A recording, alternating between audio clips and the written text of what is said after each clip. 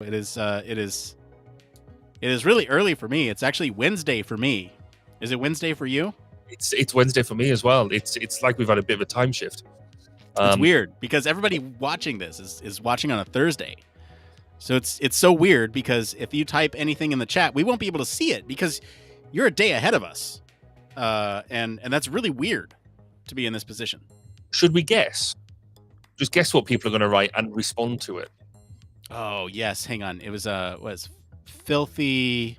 I got to find it. Fine, horny, something like that. Anyway, what do we say to that? Don't threaten me with a good time, or I was going to say. I mean, they keep on inviting us, but they never turn up. So, hey, speaking of which, did you see the latest review on our website? Oh yes, that was amazing. Yes, I want to make that into a T-shirt, and I'll read it for everybody. Since we're talking about it. Talk about that. Let's see, where is it? Random? Did I put it in random? Yeah, it was. Hello, all guys. I know my message may be too specific. This is a 5-star review, by the way. But my sister found nice men here, and they are married. So how about me? I'm 26 years old, Margarita, from Romania. I know English and German languages also, and I have specific disease named nymphomania. Who knows what this is? Can understand me better. Better to say it immediately. Yes, I cook very tasty, but I love not only to cook, I'm real girl, not prostitute, and looking for serious and hot relationship. Anyway, you can find my profile here, and there's a link. Don't worry, that link is not published on our website. That's just something that came in. We have to make it go live. But the 5 stars is certainly appreciated. So if you want to leave us a 5-star review, don't say that. Tell people why you like the show, because we read these raunchy reviews on the pre-show. I do like the I have specific disease named nymphomania. I mean, as subtle goes, that isn't it.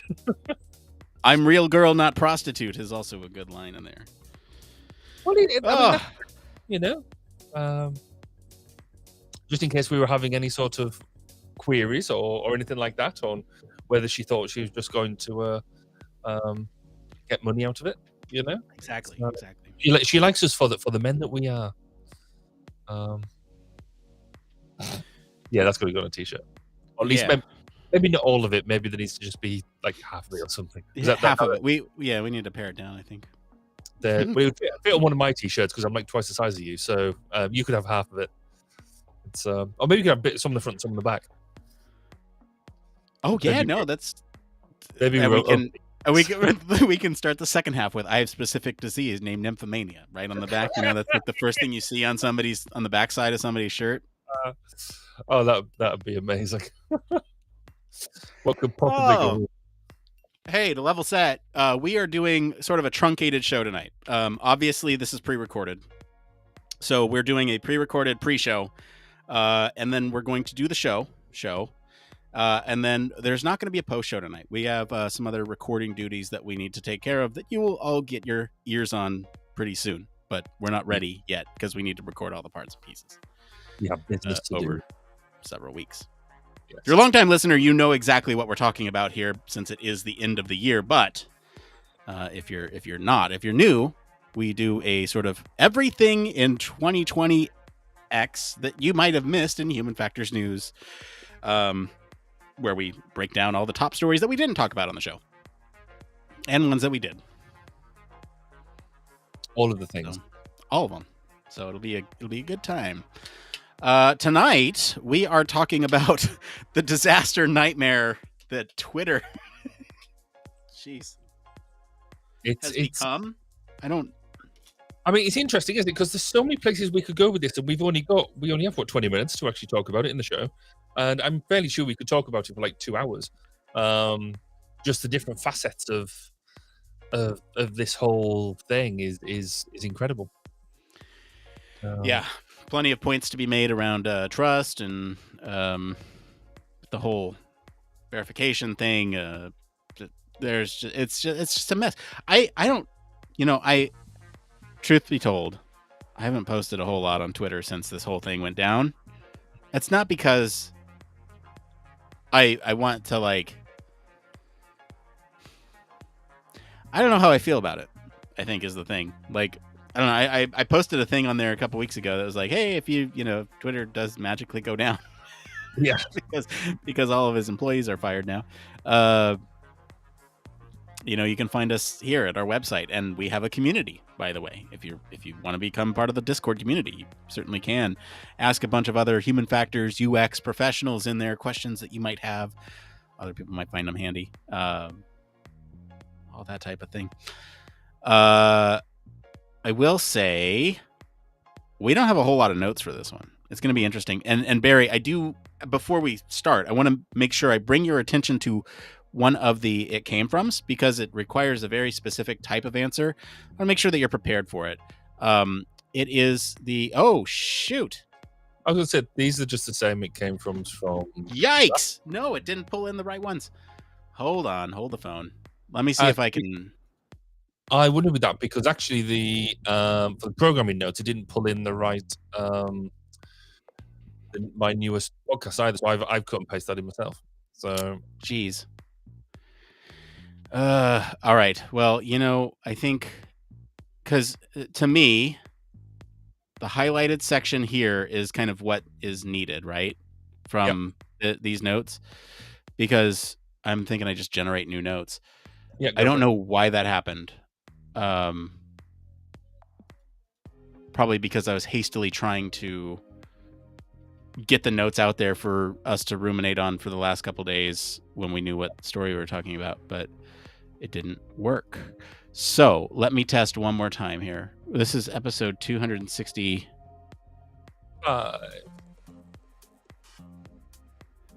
Is that right?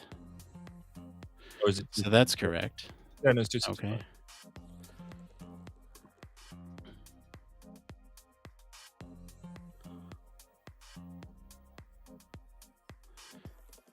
What did it pull in? Did it pull in rail investigations? Yes, it did. Okay. I think I've identified the issue. And now it will bring in Tina Worthy, although I know you've... that's fine. If you're going to bring that in, then that's fine. You don't need to copy that bit at the top either. All right.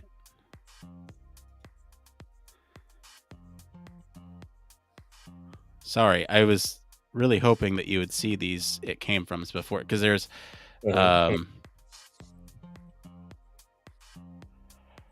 Are you trying to censor me and moderate me in a way that Elon Musk doesn't like doing? Yeah. Okay, fair enough. As long as I know. No, the one that you need to be prepared for is well, here I'm just gonna say I don't care. Well, because we'll address it on the show. If you could make an app, what would it be? Requires a little bit of thinking.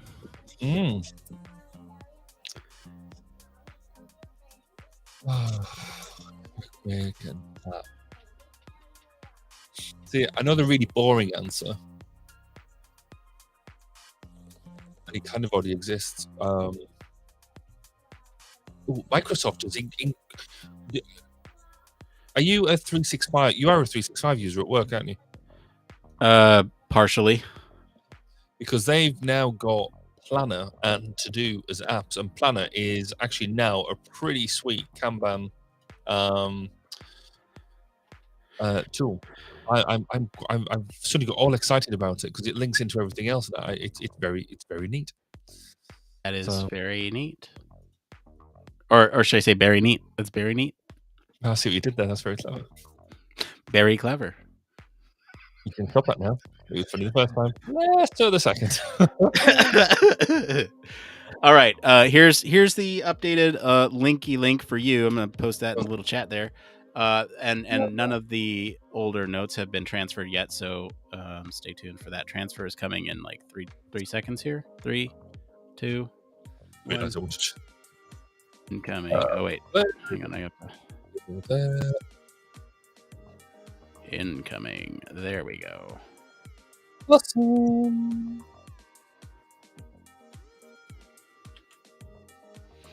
Okay. Now I think that is the right one, right? Generative AI, making an app, advice on UX research. Yep, that's it. Okay. Great. Oh, pardon me, sorry. It has been a very busy week so far in an My unreal goodness, way. tell me about it. Well, if you're really interested, then in exciting news, I've got a new member of staff starting on next Monday, and That's she's exciting. joined our Discord. Without even me prompting. Whoa, really? What's her name? Yeah. Oh, hang on. Leah. Actually, don't say that. Don't say it here. That's probably my bad. Don't do that. But yeah, she was one of the when you got your where's the welcomes?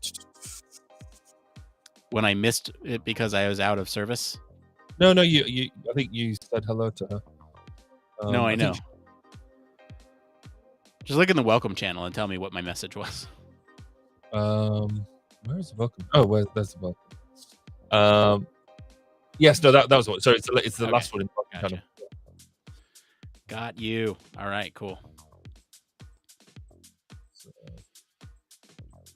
Congrats on the new gig. That's great. Yay! All right, so then I need to do some other things here with this one.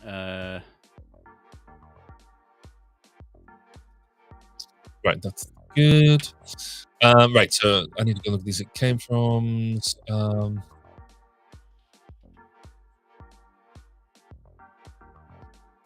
Right, that does require a bit of thought because there is a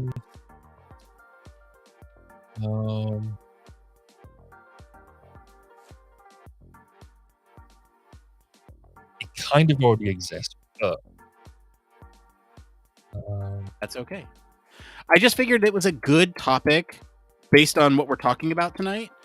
It's like, with this whole thing happening with Twitter, like, I don't know, there's a lot of talk about making other apps, alternative apps. You have a whole list of them there. But like, what would be something that you would make? And it doesn't have to be like, there doesn't have to be a business case for it. And the ironic thing, Barry, is that we've made so many ideas for these types of things here on the show and just given them out for free, not patented them or anything. Yeah, no, we should be better on our IP, but hey, never mind. I don't think I've seen anybody take any of our ideas and use them yet. So maybe we just need to be better. It must have been great.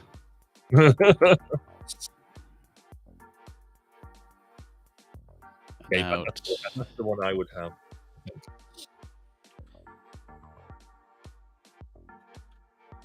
Our ideal apps.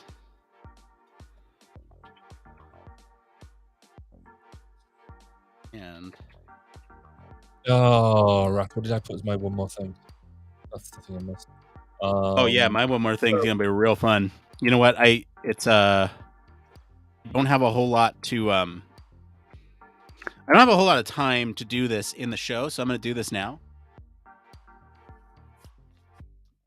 2, 3, 4. So I'm going to show and tell these in the pre-show, even though it's my one more thing in the show. I just like there was sales, and these are books that I've been meaning to get for a very long time. These are concept art books that will, you look through them. They got concept art on them. These I got 4 of them, and I got. I'm giving away the one more thing, but that's what I'm talking about in the one more thing. Cool. So I got all these concept art books. Here's another one. So you really have gone to town on it, haven't you? That's pretty cool. I have gone to town, as they say. I got basically a movie, a theme park, a video game, a TV show, and an animated series is on the way.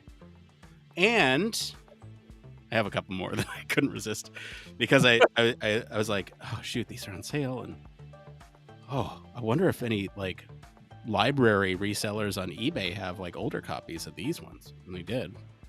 Got them pretty cheap. Hey, we are about 15 minutes in. Are you good to record?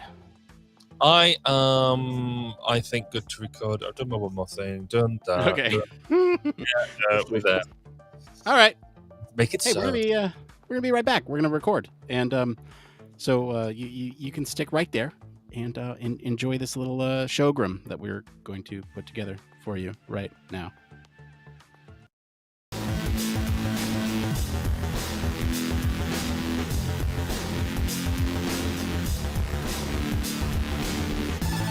Welcome to Human Factors Cast, your weekly podcast for human factors, psychology, and design.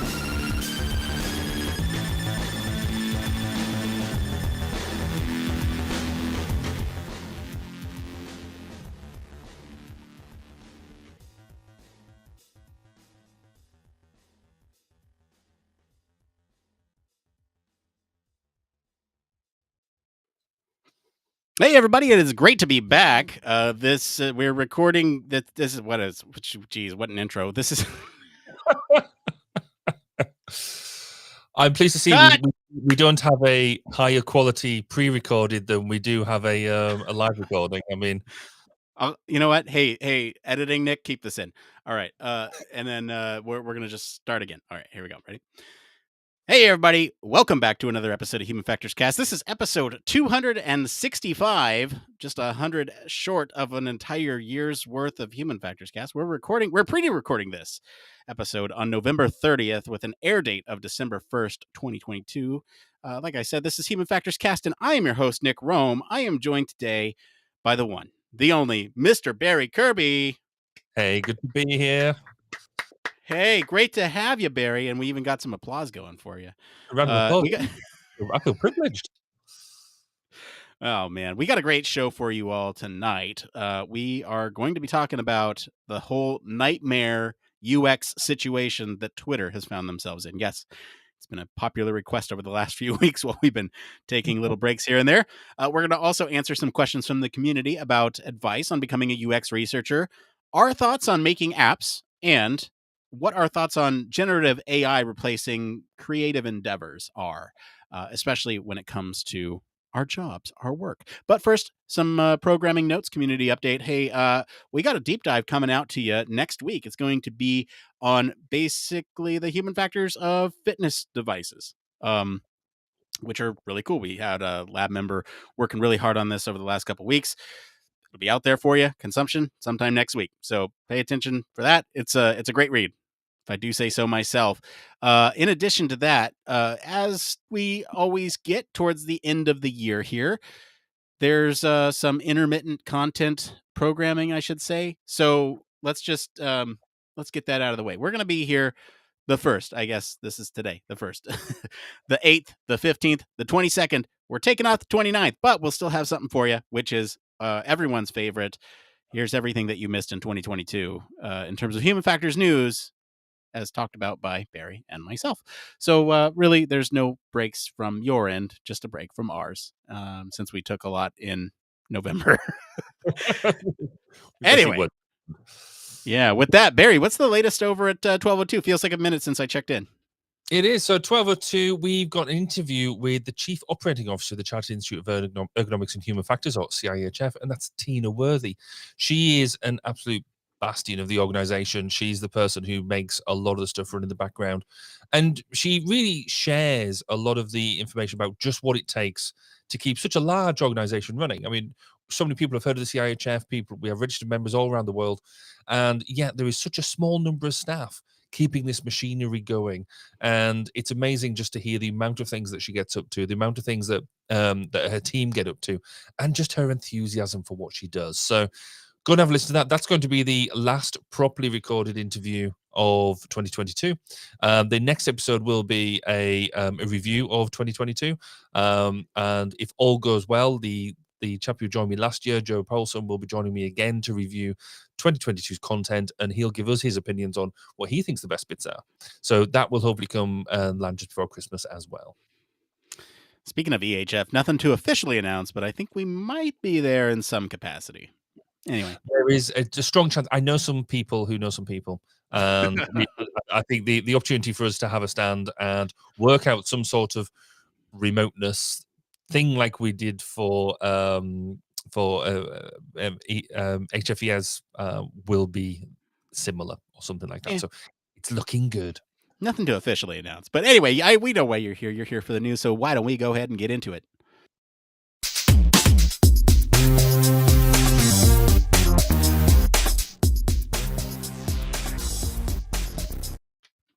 Yes, that's right. This is the part of the show all about human factors news. Barry, the people have been waiting. What is the story this week? This week, which is the story which I'm sure everybody's heard about, is the Twitter UX nightmare verification immolation. So Twitter launched their new verification system. Anybody who's willing to pay $8 a month for Twitter Blue would now receive the long coveted, well, by some anyway, the blue checkmark. The rollout has been, quite frankly, an unmitigated disaster. People began signing up for the service immediately. Yes, but then went on to impersonate celebrities, politicians, and corporations. People like Donald Trump and LeBron James, companies like Nintendo, and Twitter itself. For example, a rogue account, looking really authentic with the handle Ellie Lilly and Co., tweeted a short message which had a huge impact. We are excited to announce insulin is free now. The new verification system isn't really a verification system. In fact, Twitter planned on displaying a second grey badge to signal actual authenticity. But Musk himself killed the feature just hours after it launched.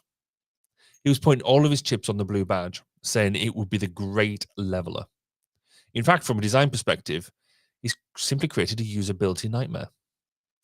So, Nick, do you think you're going to be able to post the news on next week on Twitter? Or are we all heading to Truth Social or Mastodon? Oh, God, I hope we're not going to Truth or Mastodon for that matter. You know, like, here's, I have some complicated feelings around this whole thing. Twitter is one of the ways in which we interact with some of our listeners, and it's one of the platforms I think that we've been on the longest. Here's a podcast, and it's really the only interaction that I do on Twitter. I do follow Twitter for other accounts for news and just to see what's going on in the world. And I have some really complicated thoughts. My initial reaction that I put in the show notes was "Burn Baby Burn Disco Inferno," a link to the YouTube music video. So I don't know how I feel about this. I will say professionally, this was horribly mismanaged. This is just a complete shit show in every sense of, management gone wrong. This is bad. This is an example of how you don't take over a company. And will likely be taught in sort of economics textbooks for years to come. But in terms of a UX perspective, and human factors perspective, I'm sure we have a lot of interesting things to discuss. Barry, before we do that, though, I'm interested in what your gut reaction to this news, to this whole fiasco has been. What is it? In many ways, I think it's kind of, this is like an Elon special, isn't it? It's kind of what he does, and we will go into. I mean, I'm sure we'll try and focus on the UX side of things, but we're going to mushroom out into the wider thing. I think we just have to. But fundamentally, I think Twitter has a unique space in that it was one of the original successful short form blogging elements, where you could go in. It was what the original 140 characters. You had to be concise. You had to be precise to be able to put stuff out there and generate a gathering and all this sort of stuff. Other platforms have tried to copy it, and with not as much success, I would say. Most politicians, most people in the newspapers, most freelancers, most companies are on Twitter, and so it is the most successful thing out there in this field. What they fail to do is to turn it into a financial revenue stream, a successful financial revenue stream, and that's where I think this is all come from. So I think they're the bits that we'll get into. I do think that this whole idea that it's all going to turn off tomorrow, I don't think that's going to happen. I think that's very much overplaying. All these people sort of said, "Oh well, I'm going to put my last thoughts," almost like a last will and testament of thing. We're not going there. I very much doubt we will go there. And again, we'll probably talk about this in a bit, but is there any competition to it at the moment? Like real competition? That open for discussion. Yeah. Before we even get into all the stuff, let's talk about all the stuff. Okay, I'm gonna actually bring in a supplemental article here. This is by CNN. They actually have they released this earlier this week, I guess, on November 27th. So this is fairly recent. This is a an ongoing list of everything that's happened since Elon Musk has taken over Twitter. And if you're, I guess, been in the dark, this is what's been going on. And I feel like this is some helpful context to sort of understand everything here. So, first thing he does when he gets in is he clears out the C-suite, then cuts approximately half of Twitter's staff. So that's the very first thing that happens. He gives an ultimatum then to the remaining employees, basically work really hard and come into the office or leave. And basically, a lot of those employees just chose to leave. Yeah. So now Twitter as an entity is completely understaffed.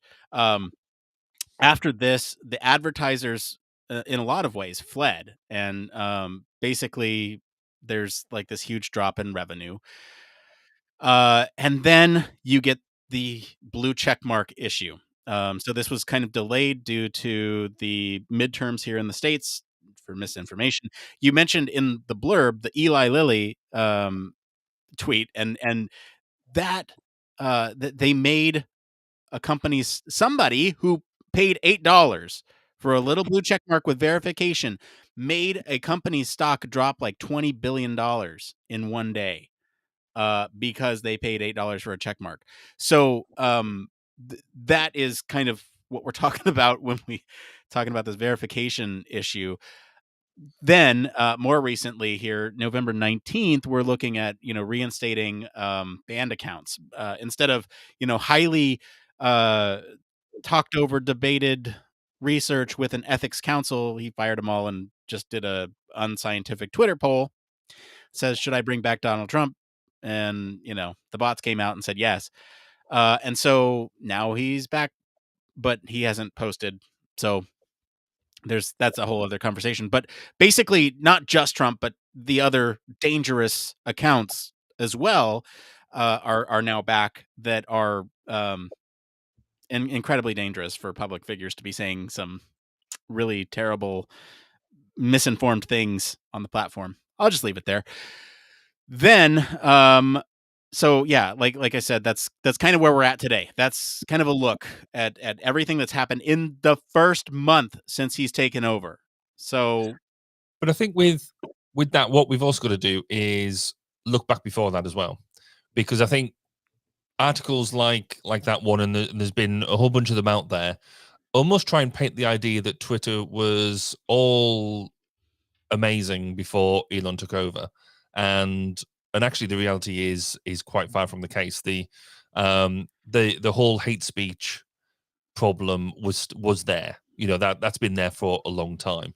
How do we moderate hate speech? They were making inroads into it. Like you said, there was a committee around it, and there was people looking at it, but it still happened. Fake news is still a big problem. Or was a big problem on Twitter, still is. Bots on Twitter were a big problem and still are. So all that was happening, and fundamentally, it wasn't. And if I understand the financials of it properly, it wasn't delivering any revenue. It wasn't profitable. In fact, in 2021, it turned over, so it had a revenue of $5.08 billion, but actually still returned a £221 million loss. And that was as recent as 2021. So, we sit there and think that Elon's breaking all of this. It was already kind of broken in terms of a business model, in terms of a financial model, and a lot of the issues that we're talking about around freedom of speech, and things like that, they were already there. So then that leads us to the question: what is it that Elon is trying to do? And so this will take us, I think, through to the verification piece. But fundamentally, we know he's a risk taker. We saw it with SpaceX. We saw it with Tesla. The SpaceX is a really good example of, he knew he could afford X number of launches before he had to turn around and say, we've used all the money, we can't go anymore, we're done. They used up all them launches, and he believed in what in the company. He believed in the drive so much that he was like, let's do one more, and all of his own money into it. And he was, if that launch hadn't worked, he would have been completely bust. So that, he's trying to, I believe, if he follows the SpaceX model, if he follows the Tesla model, he's trying to do what he believes is the right thing. So whether that is the right thing or not is something else. And, we talk about the Trump and piece, we'll come back to that. And then I guess the final argument is, well, it is his money. He did throw in, was it $44 million or was it billion? Billion. I'm not sure. How much it was a very large amount of money into it. And 44 billion. They could have said no. It was a takeover. But they could have turned around and said, you know what, we don't want don't want you to do that. Well, that's even interesting too, and not something that I don't think we should cover on the show, but that was a hostile takeover. He bought all the shares. It wasn't an acquisition in the sense that I'm going to buy this company. He bought more than half the shares, which means he owned makes a mistake the majority of them. Yeah. But it was, so there is all of that. So is he, because he's got, like I say, he's got form when he's done all of this. Because I mean, with Tesla and stuff, it wasn't his company to begin with. He made it what it is, and has really driven it. So I think if we look at his past credentials, the way he's done it, we know he likes to get stuck into the engineering side of things. He doesn't sit around in the C-suite area. He goes and likes to do the engineering, or what he considers to be the engineering, and gets involved at the nuts and bolts level. And I think he's just trying to run that same model again, or a similar model at Twitter. And so he's tried to do some stuff to make that happen. Is it right? Is just a pure software thing the same as SpaceX and Tesla? Who is out? I mean, there's some sort of key differences here. That one, SpaceX, Tesla, those are hardware, and software to some degree with the autopilot and the automated systems. But for a large part, you're looking at sort of physical things that don't rely as much on outside forces to make it work. I mean, you need people to buy Teslas, and you need government contracts to buy SpaceX shuttles to cart things up. But for something like a social media giant, you need some sort of ongoing source of revenue to keep it going. Additionally, the impact to individual people's lives is incredibly different between Tesla, SpaceX, and Twitter. Yeah. He wanted to buy Twitter to be this he called it like a town hall where everybody had a voice. And I think that's kind of his vision. And it's just that there's in real life, when people start spouting stupid shit, I'll just say it that way. When people say stupid shit, it's confronted. Either the police come and apprehend you, or citizens fight back and against that stupid shit that somebody's saying. And so that's the whole content moderation piece, and that's why taking away accounts that are saying stupid shit and not enforcing that policy is a really dumb idea, because you don't have it's not a perfect analogy. And so this to me is just a totally different animal than anything else that he's done before. And you're right, you have it in here, he's a grifter, and I'm not a fan of him. If it's not abundantly clear, I think he's made some smart business moves, but beyond that, I can't say many nice things about him, just to get that out of the way.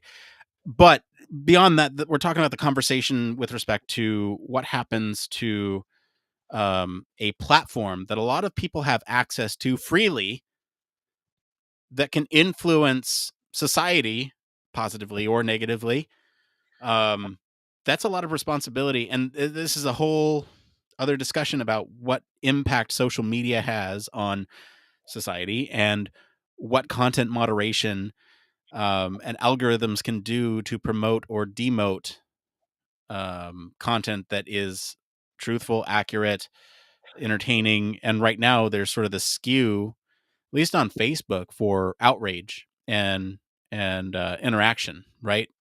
I don't know what kind of algorithms Twitter has going on, but just the fact that we're replatforming people that shouldn't have platforms is a whole issue. Anyway, speaking of other platforms, there is sort of this whole discussion of, well, should people move? And Barry, I think you should probably state here. I think we said it in the pre-show, but do you have a Twitter and do you use it? Because I think that's some pretty key information here that we maybe didn't mention. Yes. I do have Twitter. I've had multiple Twitters. I've used it for work. I've used it for my personal stuff. I've used it as a political platform. And yeah, so yes, I've been an avid Twitter user over a number of years. So what about you, Nick? Do you peruse the Twitter sphere?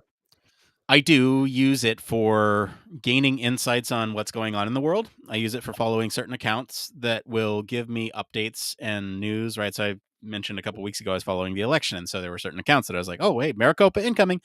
And to me, that is some of the better parts of it. It's when I see things trending that it's just like, why does this need to, like, why are we talking about this topic? You know, and for me personally, I don't share any information on there. I use it as a communication piece for the podcast. I've given the keys to some others that use it more frequently than I do. And so if you see stuff on there, it's more likely than not me saying things on that platform. It's either automated services or somebody else.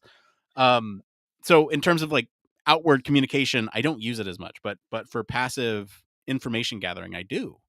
And that's where some of the issues, like we'll talk about the verification stuff a little bit later, where that comes in, and just where it breaks down too. In terms of alternatives, you know, there's people who are wanting to jump ship to other platforms like Truth, which is just dumb, and Mastodon, which is just you mentioned, I think 2 weeks ago in your one more thing. It's just a UX nightmare, trying to set that up. But then there's also Discord, which, hey, quick free plug for our Discord community. We have one of those if you want to talk with a bunch of other like-minded UX human factors professionals. You can always join us over there. I don't know, Barry, do you have any comments on this whole jumping ship to other platforms? It feels like, to me, a bunch of people are just trying to find some suitable replacement, but there's nothing quite like it, and it's odd to not have that. And I think that's the thing, isn't it? I think social media, if you've got an exact thing like Twitter or any other platform, if you've got an exact copy of it, then why does it exist? Because, you know, something that does that already exists. You know, Facebook is a very different beast. It's used differently, and actually it's very generation specific as well. So, you know, the young cool kids don't use Facebook unless they're talking to the parents or things like that anymore.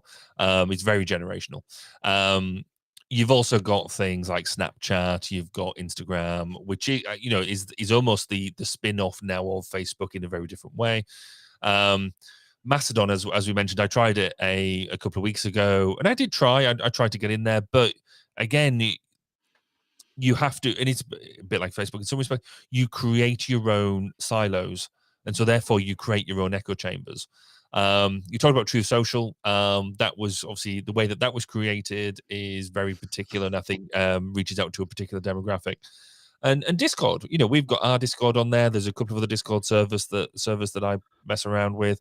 My kids play around the Discord service, because obviously the initial idea was gaming, but actually it goes a bit broader than that now. But again, you're creating your own echo chamber, your own community. So the unique thing that kind of Twitter does is throws everybody in there. And there's almost, I mean, yes, we know that there's things working in the background, and that's where some of the problems lie. But fundamentally, if somebody's publishing on Twitter, you're publishing out to the world. and other people can go and find it and therefore comment on it and things like that, unless it's obviously locked down. So it is kind of unique, and I don't think there is a real alternative to it now. And if somebody was to create that alternative, it would still have the same problems that Twitter has now, or at least right. So pre-Musk, it would still have the same problems that existed pre-Musk, that currently that exist. So because nobody's been able to solve the fake news problem really, and I think that maybe does springboard us into verification. But there is a comment I'd like to make before we do, and that is this: like Facebook, like Mastodon, like Truth Social, like Discord, they're all free platforms. They're all being provided by somebody. Now they've all got revenue streams, some more successful than others around ad generation and things like that.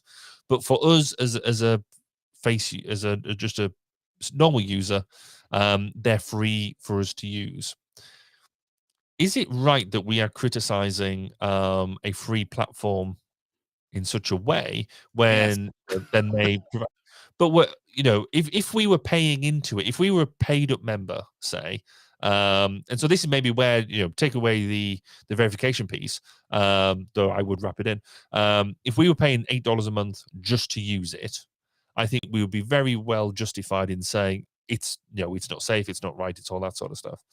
But because it's free, what rights do we have to do that? Now, I know we have moral rights, but do we actually have any real rights? I don't know. Well, I mean, you think about the social impact that it's making, right? That's the moral impact, but that is what sort of impact it has on society is our investment in it. And you might be a shareholder, you might not be, but that piece of what it can do to influence those around you and to stoke sort of extremism and hate speech and empower those who do those, that is, yes, I'm vested in that. I don't want my family to be at risk because some a-hole thinks it's okay to say white power at a gas station as he walks towards our car. No, and I don't. To be fair, I don't think that person was a Twitter user, but like, still, but he's probably. So this then gets into a deeper argument around people of just because the platform exists, it's not the platform doesn't generate this content. We generate this content. People, I mean, there is the argument around bots as well, which we can go, which was again a pre-Musk problem. But fundamentally, a lot of this stuff, and we know real people generate this right wing, and there's the other side of the horseshoe as well. There's the left wing stuff as well. There's this extremist stuff, but that's generated by people. There was an interesting analogous. So there was some riots in the UK a few years ago that was triggered by an event, and a lot of the riots were coordinated by using BlackBerry phones because the BlackBerry chat function, or BlackBerry IMs, so that you can tell how far back this goes. And the establishment, the politicians, the police were very quick to criticize the BlackBerry as being the thing that caused all of this stuff. And it was like, well, hold on a second. That's just the medium. That's just the way that they've been able to pass the message. It didn't magically do it. The content came from people. And so there is an element here of is the platform to blame? And the answer, I think it depends, but not exclusively. So, all right, well, let's get into the UX side of things, because I think that's where at least some of the more, I guess, impactful stuff to us is, and I think a lot of the UX side of things comes from the verification piece, right? Yeah. I think there's a lot to dig into with this verification. I know we're running a little bit long on time, but I want to get into this because it is so important. I mean, you talk about trust in a system. If and not everybody knows what a blue check mark is, but those who do assume some level of officialness associated with it. And so when anybody can just buy that check mark, change their name and change their profile picture to be some other account, it looks then like they are a person of trust, or a person that a representative of that brand or person that you can trust, and that what they say is truthful. And because of this, it's this huge issue about knowing who we're talking to, or if who we're talking about, especially in the case of like these big companies that lost billions of dollars. And yes, insulin should be free, but that's a different conversation. But this also introduces issues of accountability. Like, who's responsible for this? Is it Twitter, the platform, or is it the person who bought the account, or the verification and changed their account and said it jokingly? Is parody not okay anymore? Because I know a certain Al that would be upset about that. And so there's all these different questions I have about the trust piece of it, but really the question here is, what is the freedom of speech is a concept that gets thrown around a lot there. People should be able to be free to voice the things that they want to say. That does not mean that there shouldn't be consequences for the things that you say. And if that means a banning on the platform, then that's a consequence of your action. And so, especially when it comes to things like hate speech, I think that absolutely needs to be some punishment for that. But what are your thoughts on the verification piece? So it's having applied for verification a bunch of years ago when I was more involved in politics.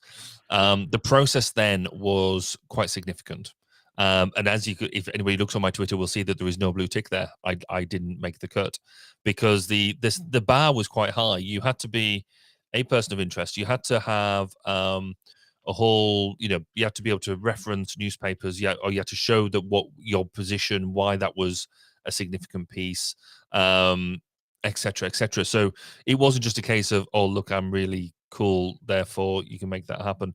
They actually went to some significant depths to do that. Now, if you look on my Facebook, I am blue tick verified on Facebook, because I was in Facebook and they could turn around and say, yes, that is you.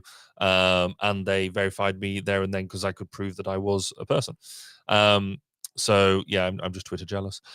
So that shows that they've gone that they go through a significant amount of process to prove that you are you. And really all your stuff that then comes out says that, yes, anything you give doesn't necessarily say that what you say is truthful or accurate, but it's accountable to you. Now what you're doing, we're turning around and saying, right, I've got $8, I can throw $8 at this, brilliant. And I was tempted to go and try and sign up to it the other day just to see how easy it was just to go and get it. And then realized I couldn't really lower my soul low enough to do that. But it is interesting that you will just take away that whole level of I see a blue tick. I can then do that. I mean, the bigger question really now is if the whole point of the blue tick bit, and if you buy the blue tick, they then should be able to verify who you are because you've basically provided bank details to be able to make the payment. Now, I'm sure there's ways around that, but fundamentally it boils down to, should all user accounts be verified? Should they have to be in a format that you can easily identify who people are? So then that takes you to a next step of, should we be allowing anonymity on social media platforms? Because if you turn around and said no anonymity, this would solve all of this problem, because they would have to have a verification for you to prove that you were you in order to sign up for an account, which all sounds great. But then how many people use Twitter, Facebook, any social media platform as a form of whistleblowing for when something goes wrong, which I think in most cases whistleblowing is a positive thing for society? Is that just something that we have to that's just a consequence that has to suck up? I don't know. what value does an anonymity have? Because one person's whistleblower is another person's anarchist. But fundamentally, back to the verification piece, that process, I think, was really robust, maybe too robust, in fact. And I think to lose that is a significant problem for the whole trust you place in what you read. Yeah, I want to talk about the anonymity because it really does encourage harassment when those who are anonymous, when you don't have your real identity attached to something, it encourages harassment. People are more likely to act up if they are anonymous. So basically, using Twitter, if you do use your actual identity instead of making one up, then you would be less likely to, or I'm not suggesting that anyone listening to this show, people would be less likely to harass others if it comes back to that accountability piece, right? And that's where verification comes back in. If you have somebody, it proves that somebody is actually who they say they are, and that they are then accountable for those words. And so, if there was some level of verification that we could put in that didn't require money, that people are who they say they are, and I think even Facebook requires like some pictures of your driver's license now to verify your identity or something, to verify your account. So like there's that, right? And I mean it still happens over on Facebook, but I think really that's what we're talking about here is the accountability and harassment and being able to just say things without risk of consequences when it's okay, it's a burner account, so you make another one. Like I don't Even know. without, it's interesting because even now with the studies that are proven, I've run some of them myself, that sort of show that people, because you're not face to face with the person that you're insulting, commenting on, or whatever, people are nastier on social media, or people are more forthright, is perhaps a better way of putting it, with their opinions on social media than you are in face to face life. Most people say stuff on social media that they would never dream of saying to somebody's face. And I think the anonymity makes that 100 times worse. So I do personally, I think that everybody should be verified, but through a decent verification system, not just paying $8. Yeah, and that's a good note to end on, right? I mean, I think. Do you have any other closing thoughts on this whole debacle? I mean, we've talked not as much about the human factors applications of it that I was hoping for, but really it does kind of get at the trust issues when it comes to social media platforms in general, and really how these platforms, even though they're privately held companies, they have this massive impact on society, and that things maybe shouldn't be. I don't know. There needs to be some sort of oversight and regulation, personally, because of the impact that it could have on people. And that's my personal opinion. Others might think that it's okay to just leave it be, but there needs to be some sort of way to get at a point where it's not all about outrage. It's not all about. It is about accountability, and that people can't hurt other people on a virtual platform, because nowadays our virtual selves are extensions of our physical selves, and that's a really important piece that I think a lot of people miss.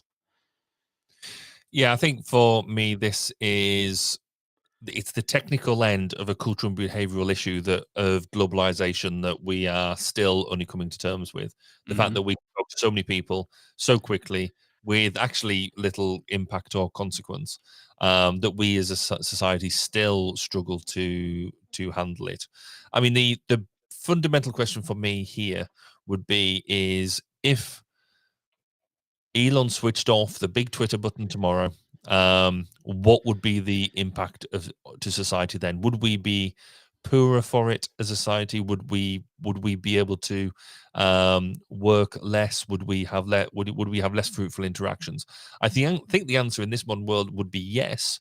I think we would be a poorer for a society, but I think we've still got a long way to go before Twitter or any social media platform is a perfect haven.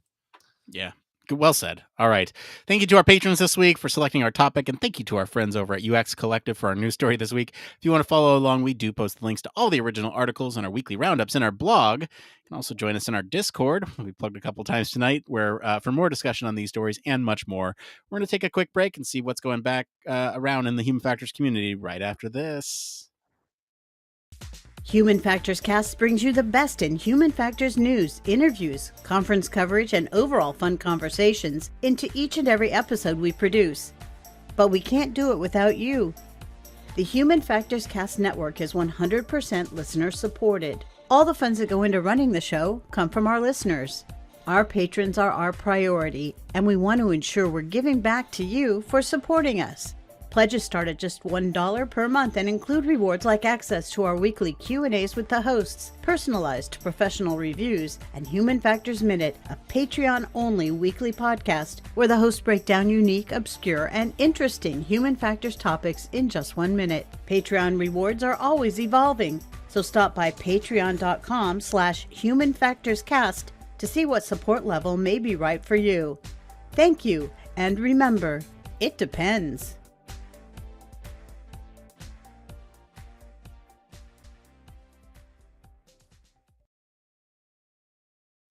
Yes, huge thank you as always to our patrons. We especially want to thank our honorary Human Factors Cast staff patron, Michelle Tripp. Patrons like you truly keep the show running. Patrons also get access to some other fun stuff you might not be aware of that aren't mentioned in that little commercial there. They do get access to our full audio versions. So if you're a normal listener, you might not know this, but we do a pre-show and a post-show every Thursday. After on our streaming platforms, we do those.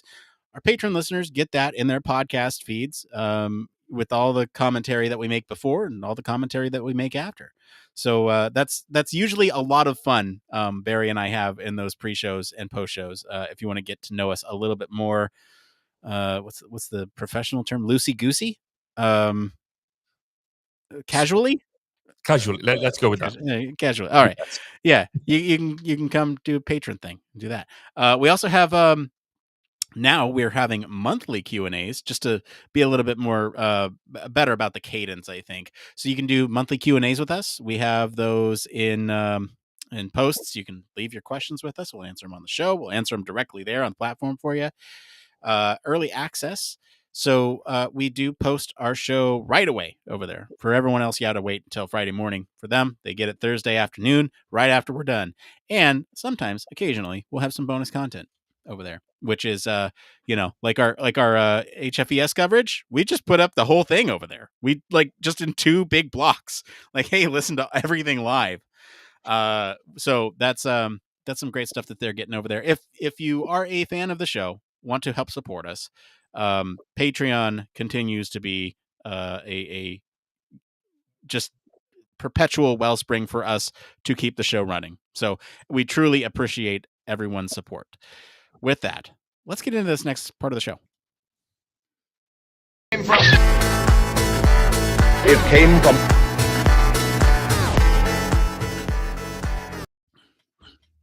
Yes, that's right. This is the part of the show where we search all over the internet to bring you topics the community is talking about. It came from.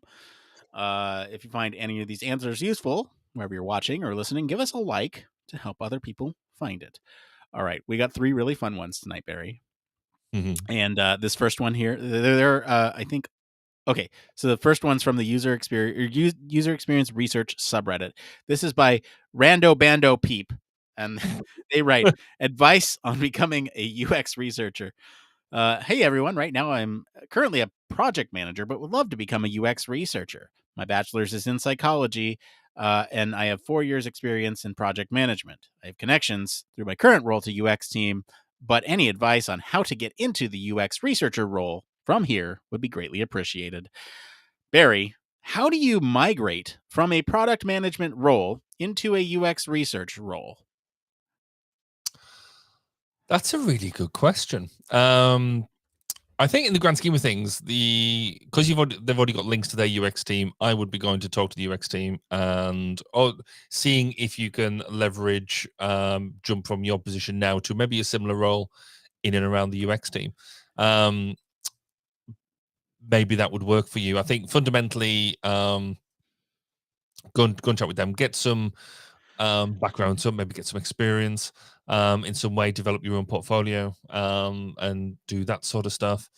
But many companies would see that as almost, would they see that as a step down or a step? It's not really a sideways step, depending on the type of company, because some companies look at project managers in the hierarchy as a higher role. So yeah, that's a difficult, challenging one, I think. Short of just saying going to retrain, I mean that's an obvious answer. But to use what you've got, I mean, what you really want to try and do is use what you've got and make that of value to a UX team. Yeah, Nick, I don't know. Have you got any thoughts? The last thing you said is what I tell all my mentees. So take the transferable skills that you have now and try to get in on some sort of research task. If they're a good researcher, they'll bring you into the process and help you understand, I don't know, how they're thinking about things, how they understand what pieces of information they need, and what information they have available to them. So take what skills you have that are transferable. So if like interviews, right? If you've done a lot of interviews as a product manager, maybe you can start doing those interviews from a perspective of a user researcher. I don't know. Look at some best practices online. Do your research. Is is a trite answer for this, but also one that does make a whole lot of sense for this type of transition. Find a mentor. All the regular answers that we give, but I think the biggest bang for your buck is going to be try to identify what skills you have that are transferable, especially with a background in psychology. I think there's probably a lot there that maybe you can mine for um, for those transferable skills. All right. Getting into this next one, Barry. This one's written by Affectionate Let 41, set for 71 on the UX research subreddit. They write, this is my favorite one of the night, Barry. You ready? If you could make an app, what would it be? See, with this one, I thought about all the stuff I really just couldn't say, and then all the stuff I shouldn't say. But actually, one of the things that I think for me, because in many ways it's quite easy to develop apps nowadays. If you've, there's app generators and things like that, and you get some basic stuff going. So actually, I then sort of go down the route. What would actually make my day-to-day life easier if I was to truly go back to what is a user requirement? And one of the things I'm struggling with at the moment, having children of different ages, we're trying to run kids going to various clubs and camps and classes and things like that. Eldest is back and forth to university, doing their thing. We're trying to manage work as well. Just what I would like to have is an app that isn't just a straight calendar app, but some sort of distributed family diary manager. So I could look and see easily what I've got to do, what the requirements are on my time. Do I need to take somebody for a lift somewhere, pick them up, and be able to manage that sort of journeys and times? But also then one of my kids can see if I'm nearby somewhere, and they can then organize a lift with me because I'm going to be close doing something else. Or so something where everybody has their own view on the family, and can manage our times together accordingly would be great. That's a great use of a free app. There you go. For me, I am also selfishly thinking about from my own perspective and what would be useful. And the thing I keep coming back to is there's a lot of there's a lot of logic builders and there's a lot of like macro builders out there.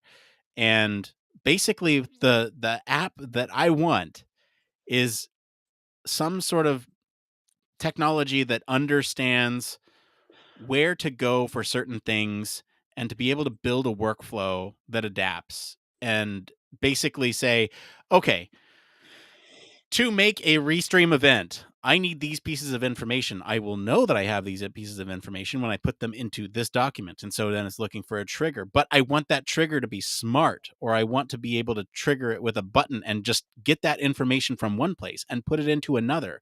Because that is something that I do with the podcast. And we tried to optimize a lot of this stuff. But even beyond the podcast, there's a lot of useful things for this, right? Like, let's say for your job, right? You do a certain amount of processes every day, and you can try to automate that workflow with tools like Zapier, where it'll plug in and understand what some of those triggers are. But not everything that you're looking for is always there. And so just some way to visually, not with code or not with anything else, tell a certain program, a certain website, understanding the context. If it's not logged in, log me in. Then, go to this URL and put in this information in these fields. Mm-hmm. Just to me feels like a complete, and if that exists, somebody please tell me, because there's a lot of that I do. And so tell me.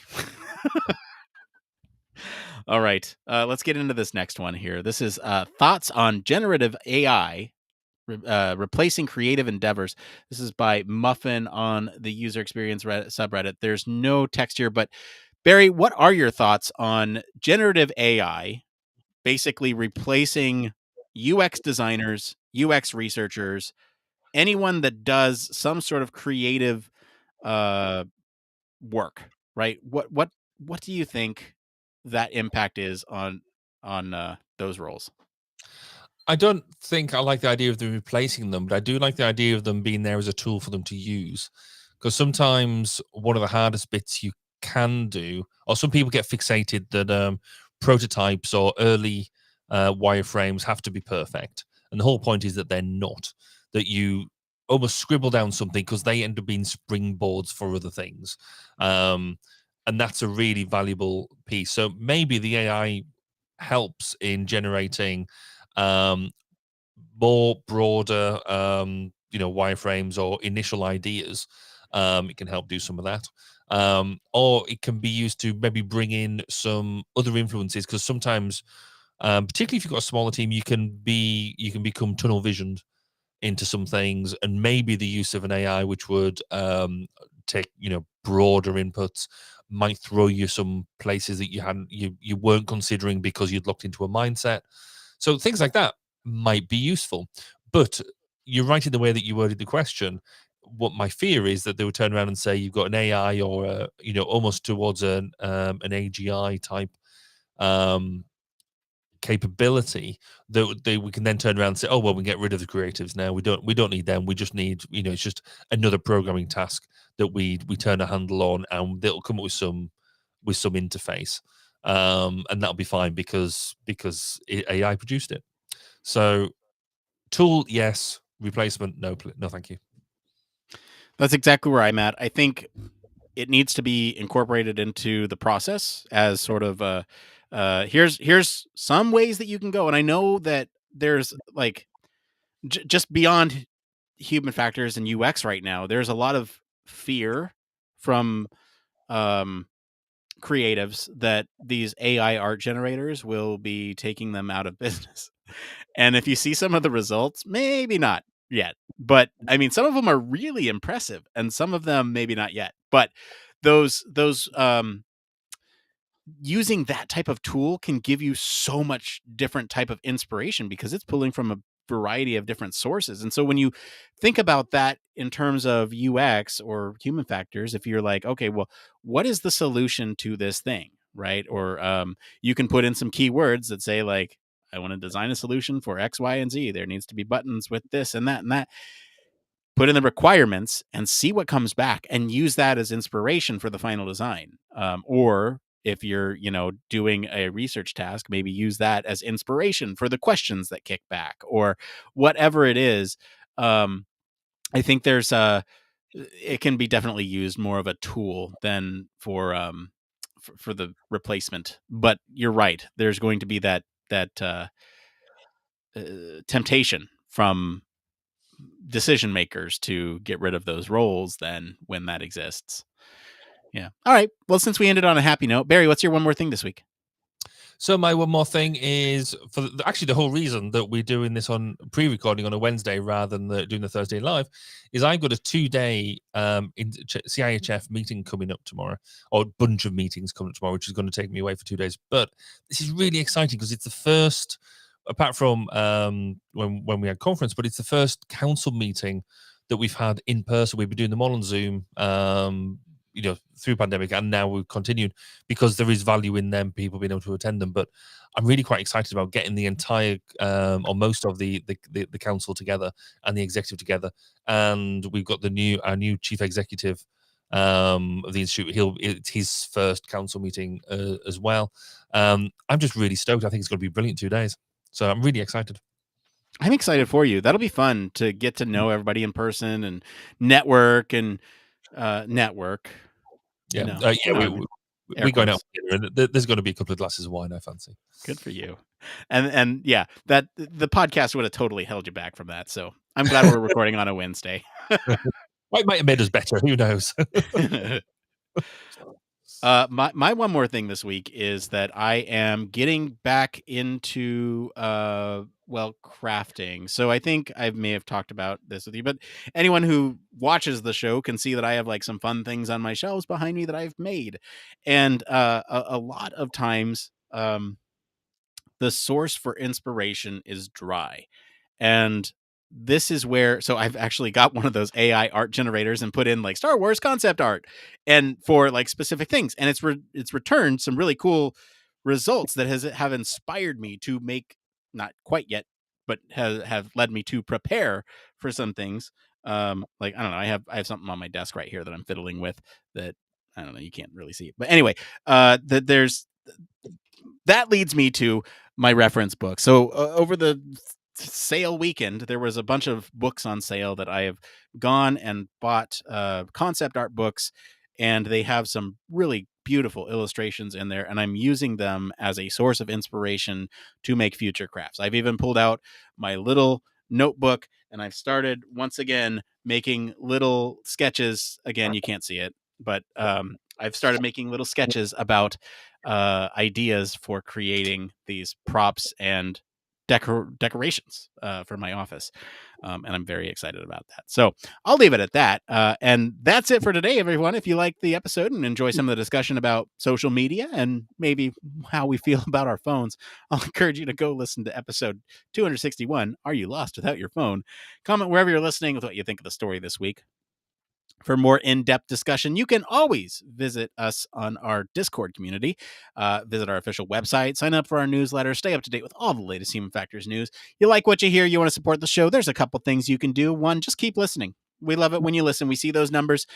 You can always leave us a 5-star review. We got a glowing review recently. If you want to go check that out, check us on our Discord. Tell all your friends about us. If you, hey, you like Human Factors? I like Human Factors too. You hear about this Human Factors podcast? Yeah, they're great.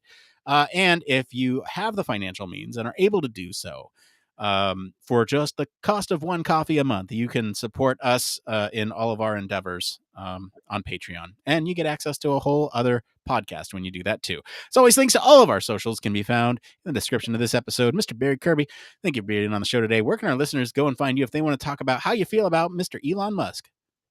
If you want to find my fascination with Elon, then you can go and hit me up on Twitter, which is quite topical, at Baz_K. Or if you want to come and listen to some in-depth interviews with practitioners and people adjacent to the Human Factors community, come and find me on 1202 The Human Factors Podcast at 1202podcast.com. As for me, I've been your host, Nick Roome. You can find me on our Discord and across social media at Nick_Roome. Thanks again for tuning into Human Factors Cast. Until next time, It depends. All right, we made it.